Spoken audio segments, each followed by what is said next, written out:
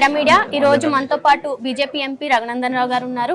నమస్తే అండి. నమస్తే మేడం. అయితే చూసుకున్నట్లయితే ఈ కవిత గారి రాజీనామా వెనక తన పైన కుట్రలు జరుగుతున్నాయని చెప్పేసి చెప్పారు. అయితే నిజంగానే పార్టీలో తన మీద కుట్రలు జరిగాయి అంటారా? మీరేమనుకుంటున్నారు? అది టీఆర్ఎస్ పార్టీ అంతర్గత వ్యవహారం. ఒకవేళ కుట్ర జరిగి ఉంటే తను చెప్పడానికి వాళ్ళ నాన్ననే అని చెప్తుంది. వాళ్ళ నాన్నగారికి పోయి చెప్పుకుంటే బాగుంటుండే. అది ప్రజలకు సంబంధించినటువంటి అంశం కాదు. ప్రజలకు సంబంధించినంత వరకు కవిత కాళేశ్వరంలో ఏం జరిగింది, కాళేశ్వరంలో ఎవరెవరు కమిషన్లు తీసుకున్నారు, ఎవరికి ఎంత వాటాలు ముట్టినాయి అనేటువంటి విషయాలు మాట్లాడితే ఇంకొంచెం బాగుంటుండే. మీ కుటుంబ పంచాయతీని చెప్పేందుకు మేము కోర్టు కాదు, ఇది మీ పంచాయతీ మేంగా చెప్పాల్సింది. ప్రజల సందర్భం వచ్చినప్పుడు చెప్తారు. అయితే హరీష్ రావు వెనక రేవంత్ రెడ్డి గారు ఉన్నారు, అదే విధంగా బీజేపీ ఉంది అని చెప్పేసి ఆరోపణలు అయితే చేశారు. దాని మీద మీరేమంటారు? మా పార్టీకి హరీష్ రావు గారితో ఎట్లాంటి సంబంధం లేదు. ఆయన టీఆర్ఎస్ పార్టీలోనే ఉన్నాడు ఇప్పటిదాకా. టీఆర్ఎస్ పార్టీలో అంతర్గతంగా జరుగుతున్నటువంటి కుమ్ములాటలకి మాకు సంబంధం లేదు. భారతీయ జనతా పార్టీ ఇంకో పార్టీని ఇచ్చగొట్టాలనో లేకపోతే అందులోంచి ఇంకొకరిని లాక్కోవాలనేటువంటి ఆలోచన మాకు లేదు. ఎవడి కర్మ వాడే అనుభవిస్తాడనేటువంటి కర్మ సిద్ధాంతాన్ని మేము సంపూర్ణంగా నమ్ముతాం.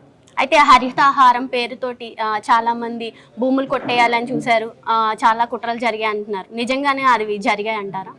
ఫారెస్ట్కి సంబంధించి అయితే కొన్ని అవకతవకలు జరిగినాయి. కంపెనీల దగ్గరికి వెళ్ళి, సినీ నటుల దగ్గరికి వెళ్ళి కోట్ల రూపాయల డబ్బులు వచ్చినాయని పేపర్లలో కనబడతా ఉన్నాయి, కానీ గ్రౌండ్లో ఏం జరగలేదు. నర్సాపూర్కి సంబంధించి ఒక మంత్రి వచ్చి, రాష్ట్ర మంత్రి వచ్చి పొద్దున 6 గంటలకే నర్సాపూర్ ఎమ్మెల్యేకి చెప్పకుండానే శిలాపలకం వేసి అక్కడ హెట్రో డ్రగ్స్ అనేటువంటి సంస్థ 10 కోట్లు ఇచ్చిందని చెప్పి ప్రకటించిపోయినారా, డబ్బులు ఎడిపోయినాయి తెలియదు. నర్సాపూర్ ఆ ఫారెస్ట్లో కొత్త చెట్టు పెట్టలేదు. దాని మీద నాకు కూడా అనుమానాలు ఉన్నాయని నేను మా డిఎఫ్ఓ గారికి ఎంపీ గెలిచిన తర్వాత కంప్లైంట్ ఇవ్వడం జరిగింది. అయితే కవిత బీజేపీలోకి కానీ కాంగ్రెస్ లోకి కానీ వచ్చే అవకాశాలు ఏమైనా ఉన్నాయంటారా? అది రాష్ట్ర పార్టీలు కేంద్ర పార్టీలు కలిసి తీసుకోవాల్సినటువంటి నిర్ణయాలు. ఆమె నిర్ణయం ఏంది, ఆమె పార్టీ పెట్టుకుంటుందా, పార్టీలకు పోతుందా, ఏంది అనే దాని గురించి ఇప్పటికీ కాంగ్రెస్ బీజేపీ రెండు కూడా చెప్పినట్టు విన్నాను. నేను నిన్న మేము ఎవరం కూడా ఆమె తీసుకోమని చెప్పినట్టు విన్నాను. కాబట్టి ఆమె ముందు ఉన్న మార్గం ఏంది అనేది చూద్దాం కొద్ది రోజుల తర్వాత. అయితే బీజేపీలోకి వస్తే మీరు హర్షిస్తారా? కవిత రామచంద్రరావు గారు మా పార్టీ అధ్యక్షుడు చాలా స్పష్టంగా చెప్పిండు, అవినీతి పరులకి మా పార్టీలో స్థానం లేదని.